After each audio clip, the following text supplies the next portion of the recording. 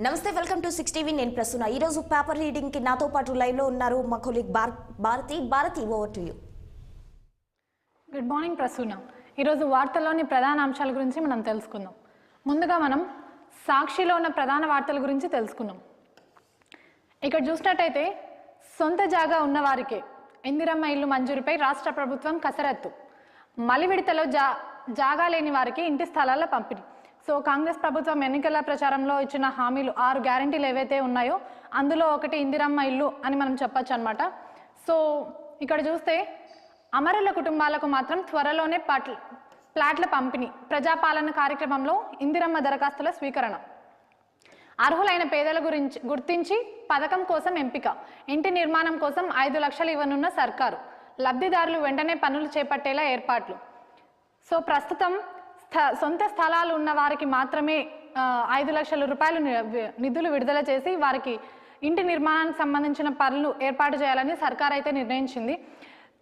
So ఇక్కడ ఎవరికైతే సొంత జాగాలు లేవో వాళ్ళ కోసం భూసేకరణ ప్రారంభించి తర్వాత వాళ్ళకి నిధులు విడుదల చేసినట్టయితే మనకి ఇక్కడ స్పష్టంగా కనిపిస్తుంది అనమాట. సో దీనికి సంబంధించి ఈ నెల 28 నుంచి ఇందిరమ్మ ఇల్లు కోసం దరఖాస్తులు స్వీకరించేందుకు సర్కార్ అయితే నిర్ణయించింది. సో సర్కార్ నిర్ణయించిన ఇందిరమ్మ ఇల్లు ఏదైతే ఉన్నాయో దాని నిర్మాణానికి ఒక్కొక్క ఇంటికి 5 లక్షల రూపాయలు మంజూరు చేసినట్టయితే ఇక్కడ సర్కార్ ప్రకటించింది. సో ఇది ప్రజాపాలనలో ఇందిరమ్మ ఇల్లుకి సంబంధించిన వార్త. సో మనం మరో కొన్ని వార్తలకి వెళ్తే 6 జీవితాలను కమ్మేసిన పొగమంచు. నల్గొండ జిల్లా నిడుమనూరు సమీపంలో 2 రోడ్డు ప్రమాదాలు. సో ఇక్కడ చూసినట్టయితే మనకి ఇక్కడ రోడ్ యాక్సిడెంట్ ఇమేజ్లో మనం చూసుకోవచ్చు. ప్రమాదంలో నుజ్జునుజ్జైన టాటా ఎస్ వాహనం. సో ముందుగా మనకి ఒక బైక్ యాక్సిడెంట్ జరిగింది. దాన్ని ఆ బాధితులకు సంబంధించిన కుటుంబాలు ఎవరైతే వస్తున్నారో వాళ్ళని చూడ్డానికి వాళ్ళకు కూడా రోడ్డు ప్రమాదం జరిగినట్టయితే ఇక్కడ మనకు తెలుస్తుంది అనమాట. దాదాపు ఇక్కడ 4 మృతి. ఒకే ప్రమాదంలో ఒకే కుటుంబానికి చెందిన 4 వ్యక్తులు మృతి చెందినట్టయితే మనకి ఇక్కడ కనిపిస్తుంది అనమాట. రోడ్డు కనపడక చెరువులోకి దూసుకెళ్లి నీట మునిగిన కారు, 1 మృతి.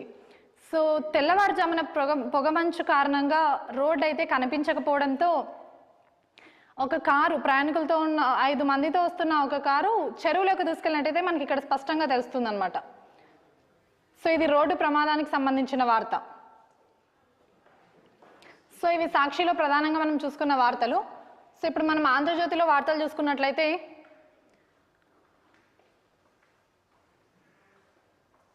సో ఇక్కడ కూడా ప్రధానంగా మనకి రోడ్ యాక్సిడెంట్కి సంబంధించిన వార్త అయితే బ్యానర్ వార్తగా ఇక్కడ కనిపిస్తుంది.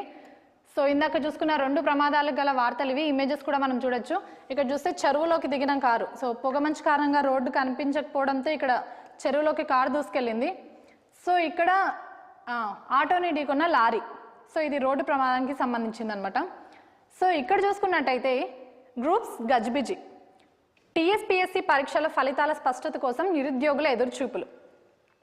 10 రోజుల్లో గ్రూప్ 2 పరీక్షలు ఏర్పాటు చేయని వైనం. మళ్ళీ వాయిదా పడే ఛాన్స్. నిలిచిన కమిషన్ కార్యకలాపాలు. సో ఏవైతే ఉన్నాయో గ్రూప్ 2కి సంబంధించిన టీఎస్పీఎస్సీ పరీక్షలపై స్పష్టత లేదంటూ నిరుద్యోగులు ఆవేదన వ్యక్తం చేస్తున్నట్టు మనకి ఇక్కడ కనిపిస్తుంది. పరీక్షలు ఎప్పుడు పెడతారా అని నిరుద్యోగులు ఎదురు చూస్తున్నారు.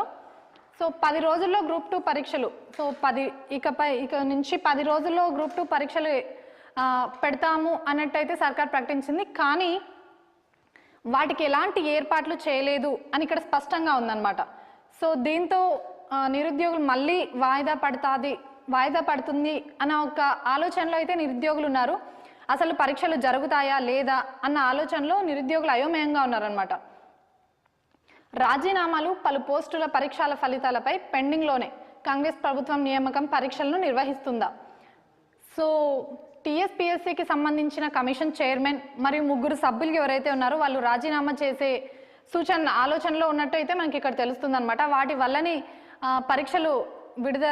పరీక్షలు పెట్టడానికి లేట్ అవుతుంది అన్న ఆలోచనలో అయితే ఇక్కడ ఉంది. సో అధికారులు ఏమంటున్నారంటే ఆ సభ్యులు ఎవరైతే ఉన్నారో వారు ఉంటేనే అసలు పరీక్షలు ఉంటాయా లేదా అన్నది అయితే గ్యారంటీగా తెలుస్తుందని ఇక్కడ స్పష్టంగా రాస్తుందన్నమాట. కాంగ్రెస్ ప్రభుత్వం నియామక పరీక్షలను నిర్వహిస్తుందా లేక జాబ్ క్యాలెండర్ వైపు మొగ్గు చూపుతుందా? సో కాంగ్రెస్ ప్రభుత్వం అయితే ప్రస్తుతం పరీక్షలను నిర్వహిస్తుందా లేక జాబ్ క్యాలెండర్ వైపే మొగ్గు చూపుతుందా అని నిరుద్యోగులు ఎదురు చూస్తున్నారు. సో ఆలోగా లోక్సభ ఎన్నికల షెడ్యూల్ వెలువడే అవకాశం. అదే జరిగితే టీఎస్పీఎస్సీ పరీక్షలు మరింత ఆలస్యం. సో లోక్సభ ఎన్నికల షెడ్యూల్ ఏదైతే ఉందో అది విడుదలైతే టీఎస్పీఎస్సీ పరీక్షలు మరింత ఆలస్యం అవుతాయని చెప్పి నిరుద్యోగులు భావిస్తున్నారు ఇక్కడ. సో ఇది గ్రూప్స్కి సంబంధించిన వార్త. చూసారు కదా, గ్రూప్స్ గజిబిజి. బియ్యాన్ని రీసైక్లింగ్ చేస్తే మిల్లర్లపై కఠిన చర్యలు. పౌర సరఫరాల శాఖను ప్రక్షాళన చేస్తాం. గత ప్రభుత్వం అక్రమాలపై విచారణ. సో ఏవైతే రేషన్ బియ్యం ఉన్నాయో వాటిని రీసైక్లింగ్ చేస్తే మిల్లర్లపై కఠిన చర్యలు తప్పవని మంత్రి ఉత్తమ్ అయితే ఇక్కడ స్పష్టంగా తెలిపారు. సో మరో వార్తలకు వెళ్తే కాళేశ్వరం లోపాలపై నజర్. 29న మేడిగడ్డకు మంత్రులు ఉత్తమ్, దుద్దిల తర్వాత అన్నారం, సుదేళ్ల బ్యారేజ్ వద్దకు ఇరిగేషన్ అధికారులతో సమీక్ష ఛాన్స్. సో కాళేశ్వరం లోపాలు ఏవైతే ఉన్నాయో దానిపైన సమీక్ష విచారణ జరిపిస్తామని ఈ నెల 29న మేడిగడ్డకైతే మంత్రి ఉత్తమ్తో పాటు అధికారులు కూడా వెళ్ళనున్నట్టు ఇక్కడ తెలుస్తుంది. సో ఇవి ఏబిఎన్లో ప్రధానంగా మనం చూసుకున్న వార్తలు. ఇప్పుడు వెలుగులోకి వెళ్తే వెలుగులో మనం ప్రధానంగా వార్తలు చూసుకున్నట్టయితే సో ఇక్కడ కూడా ప్రధానంగా అదే వార్త అయితే మనకి కనిపిస్తుంది. టీఎస్పీఎస్ ఎగ్జామ్స్ పై నో క్లారిటీ. సో దీన్ని బట్టే మనం అర్థం చేసుకోవచ్చు, ఎగ్జామ్స్ పై నో క్లారిటీ. సో ఎప్పుడు విడుదల ప్రకటన అయితే చేసింది గ్రూప్ 2 పరీక్షలు ఉంటాయి అని చెప్పేసి, ఎప్పుడు పెడతారు ఎప్పుడు పెట్టరు, అసలు రాసిన పరీక్షలకి ఇంకా ఫలితాలు విడుదల కాలేదు అన్నట్టయితే నిరుద్యోగులు పరీక్షలు రాసిన అభ్యర్థులు ఎవరైతే ఉన్నారో వాళ్ళందరూ ఎదురు చూస్తున్నట్టుగా మనకి ఇక్కడ స్పష్టంగా తెలుస్తుంది అనమాట. సో నేడు ప్రధాని మోదీతో సీఎం రేవంత్ రెడ్డి భేటీ. సో ఈరోజు ప్రధాని మోదీతో సీఎం రేవంత్ రెడ్డి భేటీ కానున్నారు. సీఎంతో పాటు డిప్యూటీ సీఎం భట్టి కూడా ప్రధాని మోడీని కలవడానికి ఢిల్లీకి వెళ్ళనున్నారు. సో ఈ నేపథ్యంలో గత ప్రభుత్వంలో బీఆర్ఎస్ పార్టీ ఏవైతే అప్పులు చేసిందో దానికి సంబంధించిన స్పెషల్ ఫండ్స్ రిలీజ్ కోసం ప్రధాని కలవనున్నట్లు మనకి ఇక్కడ తెలుస్తుందన్నమాట. సో ఇక్కడ చూస్తే రేపే సింగరేణి ఎన్నికలు. బొగ్గు గనుల్లో ముగిసిన ప్రచారం. 6 జిల్లాల పరిధిలో 11 డివిజన్లు. సో బొగ్గు గనుల్లో ప్రచారం ముగిసినట్టు మనకి ఇక్కడ స్పష్టంగా తెలుస్తుంది అనమాట. సో ప్రభుత్వం ఏదైతే కేంద్రం ఏదైతే ఫిక్స్ చేసిందో అదే తేదీన ఎన్నికలు నిర్వహిస్తామని ఇక్కడ స్పష్టంగా ఉందన్నమాట. కొత్త రేషన్ కార్డులకు అప్లికేషన్ తీసుకుంటాం. 6 గ్యారంటీలతో పాటు రెవెన్యూ సమస్యలపైన దరఖాస్తులు ఇవ్వచ్చు. సో ఇక్కడ మంత్రి శ్రీధర్ బాబు. సో ఆదిలాబాద్లో జరిగిన పార్టీ సన్నాహక సమావేశంలో మాట్లాడుతున్న శ్రీధర్ బాబు. సో ఇక్కడ చూసుకోవచ్చు మంత్రి శ్రీధర్ బాబు మరియు పొన్నం కూడా ఇక్కడే ఉన్నారు. సో 6 గ్యారంటీలతో పాటు రెవెన్యూ సమస్యలపైన కూడా దరఖాస్తులు ఇవ్వచ్చు అని అయితే ఇక్కడ స్పష్టం చేశారనమాట. జనాభా ఎక్కువ ఉన్న చోట 2 కౌంటర్లు ఏర్పాటు చేస్తాం. సో ఏదైతే జనాభా ఎక్కువ ఉన్న చోట 2 కౌంటర్లు ఏర్పాటు చేస్తాం. ప్రజాపాలనలో ప్రజా దర్బార్ కార్యక్రమానికి దరఖాస్తులు ఇవ్వడానికి వచ్చిన ప్రజల సంఖ్యను బట్టి కౌంటర్లు ఏర్పాటు చేస్తామని అయితే ఇక్కడ స్పష్టంగా ఉందన్నమాట. సో ఇది ఈరోజు వెలుగులో మనం చూసుకున్న ప్రధాన వార్తలు అన్నమాట. సో ఇప్పుడు ఈనాడులోకి వెళ్తే మనకి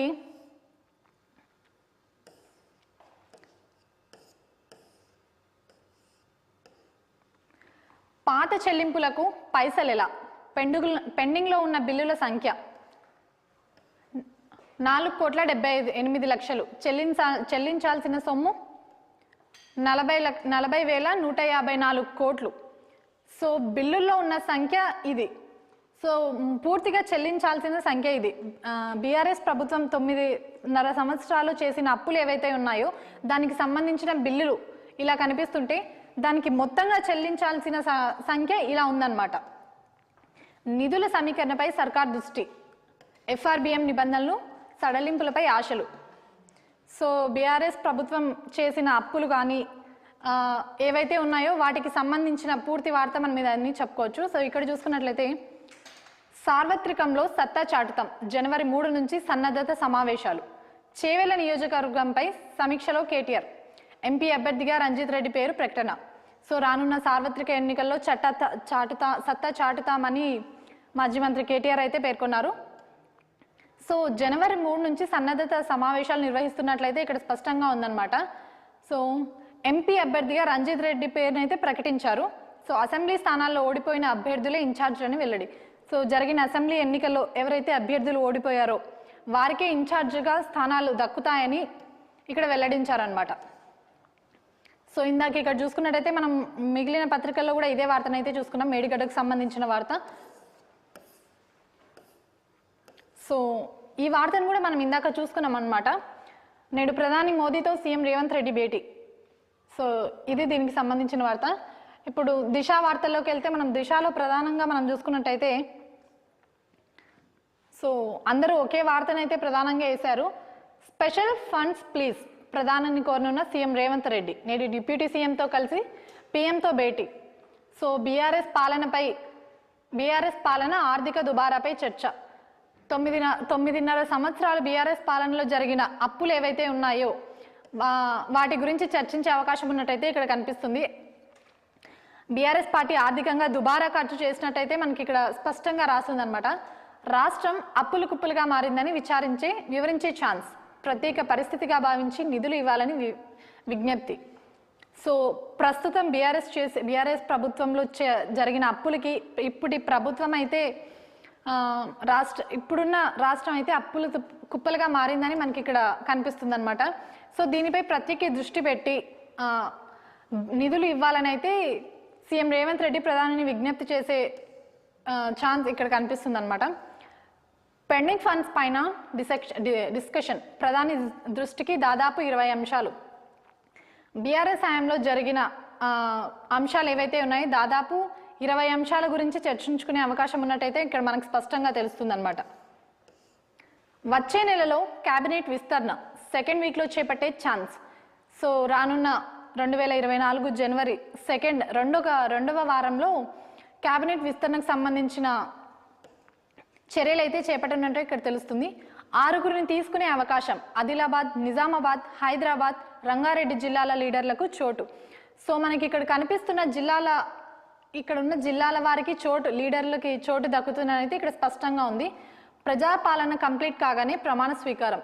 ఏఐసిసితో సంప్రదింపుల తర్వాత పేర్లు ఖరారు. సో ఎవరికైతే చోటు దక్కుతుందో వాళ్ళ పేర్లు ఖరారు చేయడానికి ఏఐసిసితో సంప్రదింపులు జరిపిన తర్వాతే వాళ్ళ పేర్లను విడుదల చేస్తామని అయితే ఇక్కడ స్పష్టంగా రాసిందనమాట. సో ఇక్కడ చూసుకున్నట్టయితే సన్ బర్న్ నిర్వాహకులపై కేసు. సో మనం గత 2 రోజుల నుంచి వింటూనే ఉన్నాం, ప్రభుత్వం సన్ బర్న్ నిర్వాహకులపై కేసు అయితే నమోదు చేసింది. పర్మిషన్ లేకుండానే న్యూ ఇయర్ ఈవెంట్స్కు సిద్ధమైనందుకు టికెట్లు విక్రయించిన బుక్ మై షో నిర్వాహకులకు నోటీసులు. అనుమతి తీసుకోకుంటే చర్యలు తప్పవు. మాదాపూర్ జోన్ అదనపు డిఎస్పీ నరసింహారెడ్డి. సో రానున్న న్యూ ఇయర్కి పర్మిషన్ లేకుండా ఈవెంట్స్ ఎవరైతే ఏర్పాటు చేస్తున్నారో వారికి చర్యలు తప్పవని అయితే ఇక్కడ స్పష్టంగా ఉందన్నమాట. సో వాటికి సంబంధించిన టికెట్లు విక్రయించే బుక్ మై షో నిర్వాహకులకి నోటీసులు అయితే జారీ చేశారనమాట. సో అనుమతి తీసుకోకుండా ఎవరైతే ఇలాంటి పార్టీస్ అయితే ఎవరు నిర్వహిస్తున్నారో వాళ్ళకి చర్యలు తప్పవు అని మాదాపూర్ జోన్ అదనపు డిఎస్పీ నరసింహారెడ్డి అయితే ఇక్కడ తెలిపారు. సో ఇక్కడ చూసుకున్నట్టయితే సింగిరేణి పట్టం ఎవరికి? బరిలో 13 మంది కార్మికుల సంఘం. ఎన్ఐటియుసి, టీబీజేకేఎస్, ఏఐటియుసి మధ్య ప్రధాన పోరు. ప్రచారంలో మాట్లాడుతున్న పొంగులేటి. సో మనం ఈ ఇమేజ్లో చూసుకోవచ్చు, ఎన్నికల ప్రచారంలో మంత్రి పొంగులేటి మాట్లాడుతున్నారు అనమాట. కార్మికులకు 250 గజాల ఇంటి స్థలం, 20 లక్షల వడ్డీ లేని రుణం. ప్రచారంలో మంత్రి పొంగులేటి. సో ఇవి ఎన్నికల ప్రచారంలో ఇస్తున్న హామీలని మనం చెప్పుకోవచ్చు. సో కార్మికులకు 250 గజాల ఇంటి స్థలం అయితే ఇక్కడ మంజూరు చేసినట్టు మనకు కనిపిస్తుంది. అలాగే దీంతో పాటు 20 లక్షలు వడ్డీ లేని రుణం. సో ఇక్కడ చూసుకున్నట్టయితే గవర్నర్ మార్పు, రిటైర్డ్ ఐఏఎస్ లేదా ఐపీఎస్ ఆఫీసర్కు ఛాన్స్. సో గవర్నర్ మార్చేందుకు కేంద్రం అయితే ఒక నిర్ణయానికి వచ్చినట్టు మనకు తెలుస్తుందన్నమాట. సో ఆమె స్థానంలో రిటైర్డ్ ఐఏఎస్ లేదా రిటైర్డ్ ఆఫీసర్ ఐపీఎస్ ఆఫీసర్కు ఛాన్స్ ఉంటుంది అని అయితే ఇక్కడ కేంద్రం స్పష్టంగా తెలిసింది. సో దీనికి సంబంధించి నేడో రేపు అమిత్ షాతో తమిళసై భేటీ. లోక్సభ ఎన్నికల్లో ఆమె పోటీ చేసే ఛాన్స్. సో లోక్సభ ఎన్నికలకు ఆమె పోటీ చేయడానికి అమిత్ షాతో భేటీ అవ్వనున్నట్టు మనకి ఇక్కడ తెలుస్తుంది అనమాట.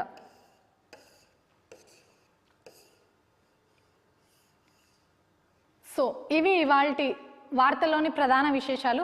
వార్తల్లోని మరిన్ని విశేషాలు తెలుసుకోవడానికి మా కొలిక్ ప్రసూన అందిస్తారు. Prasuna, over to you. Right Bharati, thank you. బులెటిన్లో ఇప్పుడు ఒక షార్ట్ బ్రేక్ తీసుకుందాం.